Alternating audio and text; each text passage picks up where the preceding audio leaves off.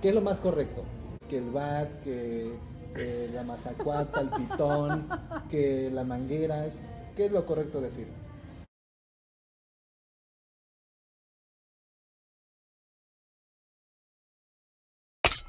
Y bueno, estamos aquí con la psicóloga Arelia Aquino. Es psicóloga y además es sexóloga. Hola, ¿cómo estás, Arelia?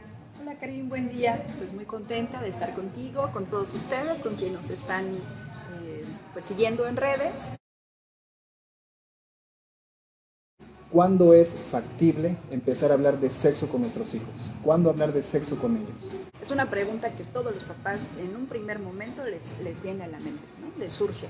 Y por una parte me parece importante hacer visible que lo que tu mamá o papá o inclusive maestra de primaria, de preescolar, viene a ti en duda, tiene que ver con lo que tú has aprendido, ¿no? Como en experiencia propia, pero también digamos los aprendizajes que adquiriste a lo largo de tu escuela. En nuestro programa y en nuestra sociedad relacionamos sexualidad con genitalidad y con reproductividad. Congenitalidad reproductiva.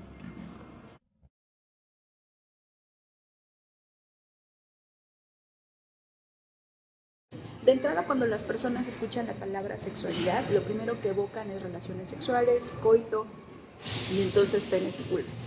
Entonces, de entrada, los papás pues nos asustamos, ¿no? En el sentido de que, ¿cómo vamos a hablar de eso con nuestros hijos? Y acotando entonces, el sexo es esta condición biológica que me hace saber que soy hembra o macho, mujer o hombre, diferente a relaciones sexuales. Pero si te interesa entonces empezar a mirar y empezar a trabajar educación sexual con tus hijas y con tus hijos, tendríamos que mirar lo que cada etapa de vida requiere para nuestras hijas y para nuestros hijos. Cuando hablo de cada etapa de vida, entonces estamos hablando de que la educación sexual no solo es en la pubertad, no solo es en la adultez, sino como cualquier proceso educativo tendríamos que comenzar desde los primeros años de vida. Bueno, obviamente sabemos que hay muchos tabús alrededor del tema del sexo, ¿no? Y bueno, uno de estos factores que pueden ser, que pueden intervenir en nuestra buena comunicación con nuestros hijos, pueden ser algunos elementos a lo mejor un tanto morales, un tanto religiosos. Creo que esto podría dificultar la comunicación con nuestros hijos, pero que de alguna manera es importante saber que nuestros hijos desde muy temprana edad empiezan a explorar su propio cuerpo, ¿no? Creo que tendríamos primero que nombrar que la sexualidad tiene que ver con algo más que genitalidad y con algo más que reproductividad. Para poder entenderla, la organizamos en 4 áreas principalmente. La primera área tiene que ver con esto que llamamos género. A partir de este cuerpo y a partir de las relaciones que tienes con tu entorno, a partir del contexto en el que te tocó nacer, vas observando, vas entendiendo y vas construyendo lo que en este lugar significa ser mujer o ser hombre. No es lo mismo haber nacido mujer con vulva, por ejemplo, en la zona triqui de Oaxaca, a ser mujer con vulva en la Sierra de Songolica o en Jalapa. Ok, ¿y en qué radica la diferencia? En que el contexto social donde te tocó nacer ya tiene ciertas creencias, ciertas formas de vivir esto que hemos llamado socialmente feminidad y masculinidad. No se escamen, soy el mismo, soy macho. ¡Ja! Y es inevitable, como todo proceso de aprendizaje, que los niños van observando y van tomando de su entorno, de sus modelos de mamá, de papá, de todos los adultos de su entorno. Y a partir de ahí van construyendo esto que llamamos feminidad y masculinidad. Rapidez, seguridad, destantado y ofensiva de canto, de canto. Entonces partimos de hacer diferencia de 2 cosas. Uno es la base biológica y el otro es la base en donde participa la sociedad y el contexto y donde vamos construyendo y aprendiendo. Después del género tenemos esto que llamamos vínculos afectivos, que con vínculos afectivos estamos hablando de cómo las personas desde pequeñitas y pequeñitos se van relacionando con nosotros. No podemos perder de vista que para relacionarme con el otro estoy poniendo en práctica habilidades de autocuidado, de construcción de amistad, de sororidad, de complicidad.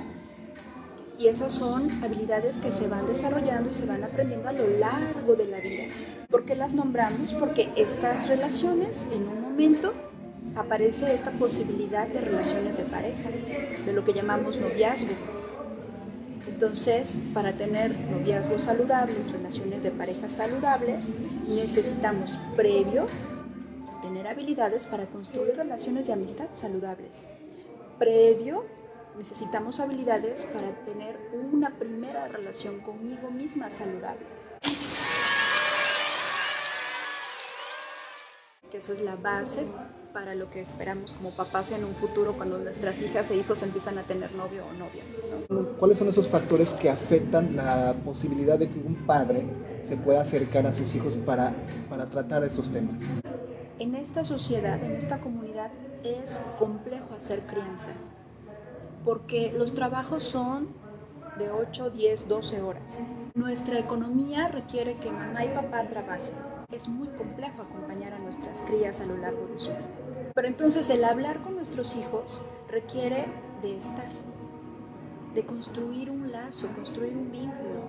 El hecho de que seamos mamá y papá no da por hecho que nuestros hijos nos van a contar todo, o no da por hecho que seamos la primera opción en el caso de que necesiten apoyo. Cuando no tenemos educación en la sexualidad de manera formal, ¿no? Nuestro primer recurso es nuestra propia historia. Bueno, hay historias muy fuertes, hay historias de dolor, hay historias de ignorancia, desinformación, de tabú. Cuando les preguntamos a los papás, ¿cuál es tu primer acercamiento al tema de la sexualidad? ¿No? Tenemos papás que fue material sexualmente explícito, porno. Tenemos mamás principalmente que fue eso, de eso no se habla, de eso no preguntes, está prohibido, y si lo llegas a preguntar o a pensar siquiera, bueno, indecente, ¿no? Claro que cuando estamos con nuestros hijos, mi historia es mi primer recurso, lo que yo viví, que no necesariamente fue educación en la sexualidad, por lo cual es bien importante que una o conscientemente y amorosamente mire mi historia para que no se convierta en una barrera para la crianza con mis hijos. Y otra opción es que asistas a espacios donde puedas tener educación científica en sexualidad para saber qué es lo que están viviendo tus hijas, tus hijos, y sea una historia diferente a la que tú viviste. Trabajamos con madres y padres que están en crianza desde maternal, ¿no? Y en los talleres asisten también familias que están con sus hijas e hijos en la edad de 7, 9, 12, 15, ¿no? Y nos damos cuenta que mamá y papá en la crianza con sus hijos también contactan con sus historias. Se dan la oportunidad de resignificarla o de aprender otras cosas que te permiten hacer una crianza más consciente, amorosa, una crianza saludable también. Algo que también estamos encontrando es que chavos de 12, 13, 15 inclusive dicen: yo quiero que mamá o papá estén conmigo, yo quiero que me acompañen, yo quiero que resolvamos estas preguntas juntos. Concretamente piden qué necesitan para vivir esta etapa de vida. Y han pedido eso, con papás dentro, mamás, papás, abuelos. Y yo pido que me sigas abrazando, ¿no? Y el chavo de 14 y es un hombrezote y súper grande, y tú dices, pensamos que lo que menos querías era eso. Entonces, necesitamos papás que estén dispuestos a aprender. Al final de cuentas, creo que la tarea de los padres es generar buenos hijos, pero lo que carecemos son las herramientas, ¿no? ¿Qué es lo más correcto? Que el bat, que la mazacuata, el pitón, que la manguera. ¿Qué es lo correcto decir? ¿No? Lo adecuado es que podamos mostrarle a nuestras hijas y a nuestros hijos el nombre adecuado de cada parte de su cuerpo. Pero pasa esto bien curioso. Cada familia tiene una forma de nombrarlo. Entonces, algo que me parece bien importante es mirar que nuestro lenguaje construye realidades. Entonces, cuando yo nombro mi mano, que es el nombre adecuado, digamos, además de que incorporo esta mano a este esquema corporal, pues lo nombro de manera adecuada, ¿no? Cuando yo nombro mi vulva o cuando yo nombro mi pene, lo incorporo a mi esquema corporal. En discurso lo considero, pero además lo estoy nombrando de la manera saludable, de la manera correcta. En los primeros años de vida, cuando tú estás con tu bebé en los primeros meses, le estás haciendo masajito o lo estás cambiando, le dices, mi amor, tus ojos, tus brazos, tus piernas, tu pene o tu vulva, tus pies, con el solo hecho de nombrarlo, este bebé está escuchando esta palabra que nombra esta parte de mi cuerpo. Cuando se les quita el pañalote, también mira su vulva y su pene. Oye, pero ¿cuántas veces decimos, ¡ay, déjate ahí! Claro, esto es súper importante. El esquema corporal es como tener una imagen en tu mente de tu cuerpo. Cuando tú lo incorporas, tú tienes más posibilidades de cuidar, de atender, de hacer acciones de autocuidado, hacer acciones preventivas. Cuando no lo incorporas, tenemos todo un reto para hacer exploración mamaria. Hagan Papá Nicolau, porque no está. Porque no lo tengo que cuidar. La realidad es que hay significados negativos. Es sucio, es desagradable. ¿Cómo me voy a tocar? ¿Cómo me voy a mirar? ¡Qué asqueroso! Entonces, la finalidad de que niñas y niños de 2 añitos incorporen a su esquema corporal su genitalidad, su pene y su vulva, es para que en los siguientes años de su vida sea más probable que realicen acciones de autocuidado.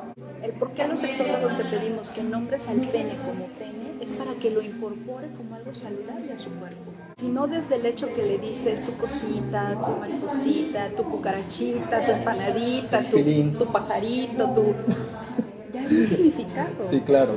Y ese significado te da un referente de tu corporalidad. ¿Cuándo hablarles del cuerpo? Pues ¿cuándo hablarías de la mano con tu hijo o con tu hija? Pues desde bebés, desde los primeros años. Fíjate que como anécdota, fui a capacitar un grupo de jóvenes universitarios. Al ir haciendo alguna meditación, ellos, cuando yo nombro, por ejemplo, las nalgas, ellos, o sea, la mayoría se empezaron a reír. ¿Cómo puedes decir eso? Es la pompi, ¿no? Claro. Es increíble que hasta este nivel tenemos cierto temor por decir las cosas como son. Lo que tú mencionas es muy importante, romper de una vez por todas con estos tabús, con estos conflictos que nosotros mismos cargamos para que nuestros hijos puedan tener una corporalidad más adecuada de sí mismos. Y eso solo lo vamos a lograr si empezamos desde los primeros años de vida.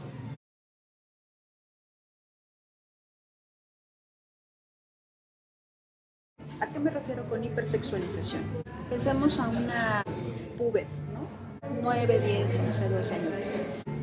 Prohibimos educación sexual, no queremos que conozca su cuerpo, no queremos que conozca los cambios de su cuerpo, pero al mismo tiempo juega videojuegos o ve películas o series donde se maquillan, hablan de relaciones de pareja y en la mayoría de las ocasiones son contenidos no acordes a la edad. Entonces los estamos colocando en las peores condiciones, en las condiciones de más riesgo, sin información. Oye, Arely, y es muy común que, dudo la verdad que alguien que su hijo le pregunte, bueno, pues ¿por qué se besan los adultos? Vaya a la biblioteca a responder, tratar de responder esa pregunta, ¿no? Pero, por ejemplo, esto es algo muy común y es muy común que pregunten por qué lo hacen. Es más, es común también que quieran imitarlo. ¿Tú qué dirías a ello? Primero, sensacional que los chavos pregunten. Luego, distinguir entre principalmente lo que tú vives en tu sexualidad y en tu corporalidad como adulto no es nada de lo que tu hijo está preguntando. Como adulto es, ching, porque es mi pareja, porque me gusta, porque me excita, porque nos vamos a casar, porque...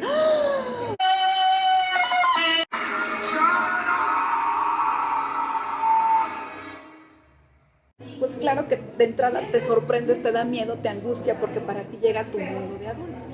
Pero tu hijo lo que quiere saber es por qué se besan. Y entonces nos lleva a cuestionarnos a nosotros, porque es una muestra de afecto, porque las personas que nos amamos, que nos cuidamos, nos mostramos el amor de esa manera. Pero aquí viene algo muy importante, hacerles saber que hay una diferencia entre adultos y niños. Los adultos, como mamá y papá, como los tíos, como los abuelos, los mostramos el amor de esa manera. Pero en los niños es diferente. ¿Tú cuántos años tienes? 3.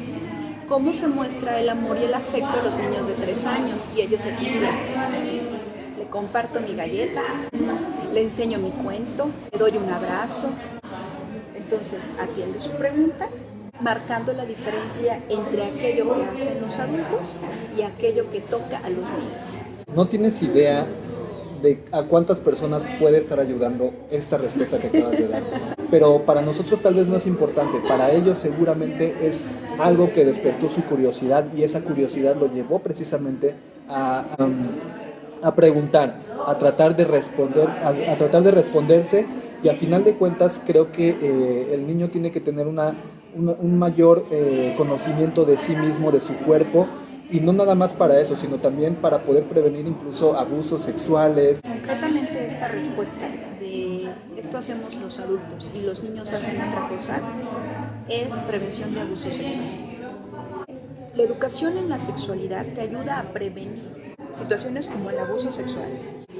Lo mencionábamos hace rato, educación en la sexualidad desde un enfoque integral, desde un enfoque humanista, como lo que estamos planteando en esta charla, ayuda a construir la posibilidad de bienestar y de salud, que en nuestro país es muy necesario. Te agradezco mucho, Arely. Espero que realmente les haya gustado la información. Nosotros vamos a seguir difundiendo todo tipo de información con las personas especialistas en su área. Adiós.